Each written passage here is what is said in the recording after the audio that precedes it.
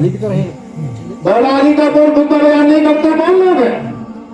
हसन हुसैन का कोई वाक्य बयान नहीं करते कौन लोग हैं? ये हमें धोखा दे रहा है और धोखे की बिना और बुनियाद है कि जो आज हमारा इस्लाम का सिराजा बिखर गया। घर घर में नफरत है, क्यों? सिर्फ इसी बुनियाद पर मोहब्बत नहीं सिखाते। अगर मोहब्बत सिखाते तो हम सब एक हो सकते। कोई बड़ी बात नहीं थी। नहीं मान वालों, मुसलमान और चीज है, मोमिन और चीज है। मोमिन वो होगा जिसे मोहब्बत होगी, मुसलमान वो होगा जिसे तकब्बुर और घमंड होगा। तो अल्लाह को ये दोनों चीजें पसंद नहीं है।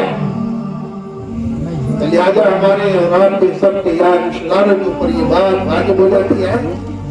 जैसे ये मरहूम सत्तार हुसैन वासी जो यहाँ इस घर में मुकीम रहे, उनकी हयात जिंदगी से सब वाकिफ है, लेकिन उनकी बात से वाकिफ है। कितनी मोहब्बत सरकार से करती है, कितनी मोहब्बत करती, इतनी मोहब्बत। अगर रात के 12 बजे मियाँ ने बुलाया तो सब मियाँ फौरन चले जाते। ये मोहब्बत थी है? अगर वो आज रास्ता बदलती है तो वो खसारे में है। जिन्होंने मोहम्मद को छोड़ा वो खसारे में है, और जो अपने माँ बाप के कदमों पर कदम रखते रहे वो हमेशा के लिए जुड़े हुए रहेंगे। क्या हमारे और आपके ऊपर क्या इनकलाब है? सिर्फ मोहब्बत का इनकलाब है, कुछ नहीं। हर आदमी अपना कमाकर खाता है, लेकिन अगर इनकलाब है तो तकब्बुर घमंड का है, और अगर ईमान है तो कोई इनकलाब नहीं है। दोस्त भी दुश्मन भी दोस्त हो जाता है। तो उनकी जिंदगी भी ऐसी गुजरी। हर वक्त सरकार की मोहब्बत कर रहते थे। लोग क्या क्या कहते थे ये तो कहते ही हैं, इसमें कोई गुंजाइश ही नहीं है। जब रसूल खुदा के लिए कहा दीवाना जी, जब रसूल को लोग कह सकते हैं तो एक आम आदमी के लिए कोई बड़ी बात नहीं है। नहीं मान वालों, ये वही घर है, उनका बच्चा है। जैसा उन्हें समझते थे, जैसा उनके वालिद को समझते थे, वैसे हमारे और आपके सबके ऊपर ये बात वाज़ेह हो जाती है।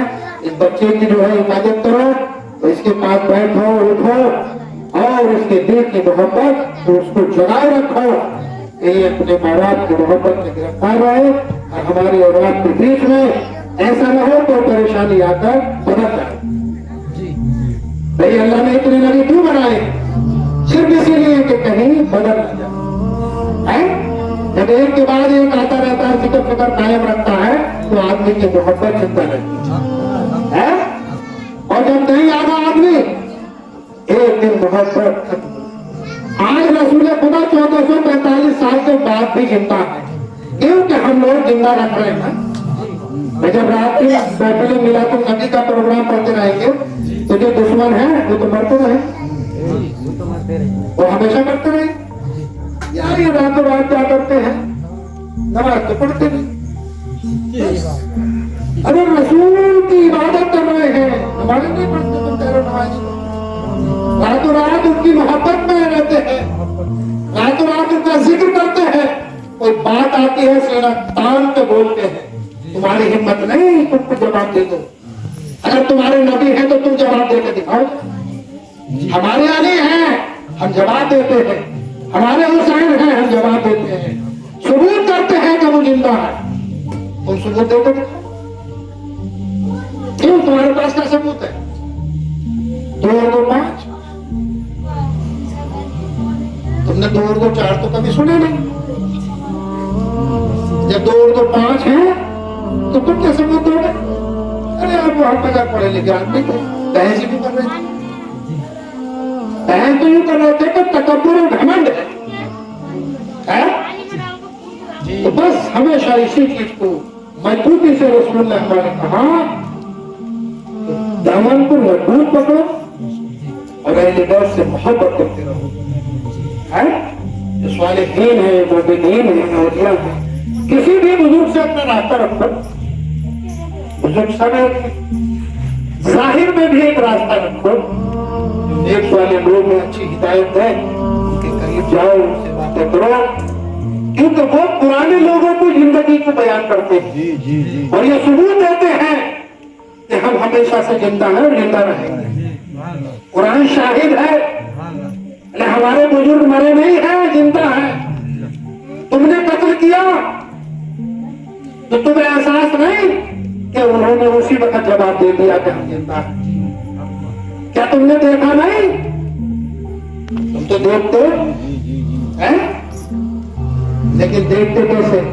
उनकी आंखों पर चर्बी आ गई है, देखेगा तो उसे जिसकी आंख पर रोशनी हो, रोशनी वाले को तो दिखेगा, जिसकी चर्बी आ गई उसे नहीं दिखेगा। ईमान वालों, हमेशा याद रखो मोहम्मद और आले मोहम्मद, बस कुछ ना करो क्या, लेकिन मोहम्मद और आले मोहम्मद का दरूद भेजते रहो।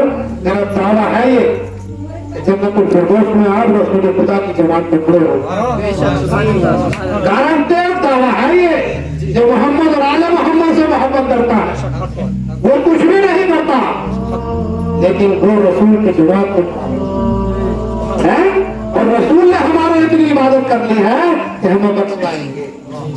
ये वादा है, कितना बड़ा वादा है, कितना बड़ा दावा है, और अल्लाह ने ये वादा कर ही दिया है, मेरे महबूब परेशान ना हो, मैंने तुम्हारी उम्मत को बख्श दिया।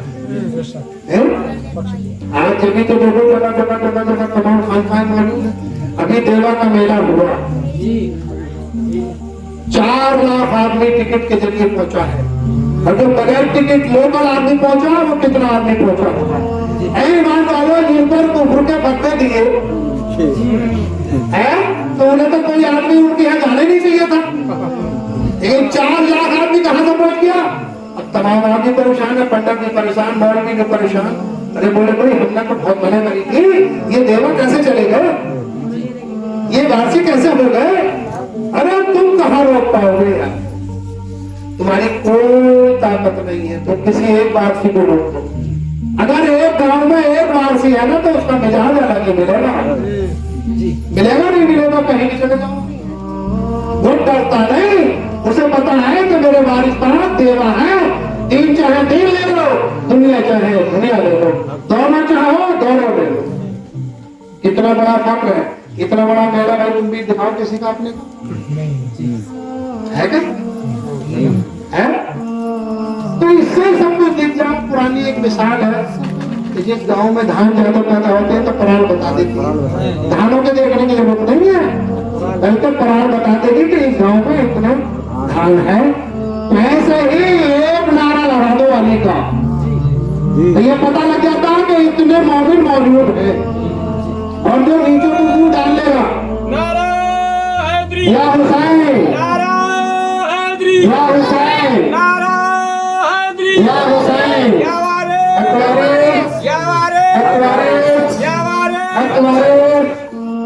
तो उसे पता लग जाता है।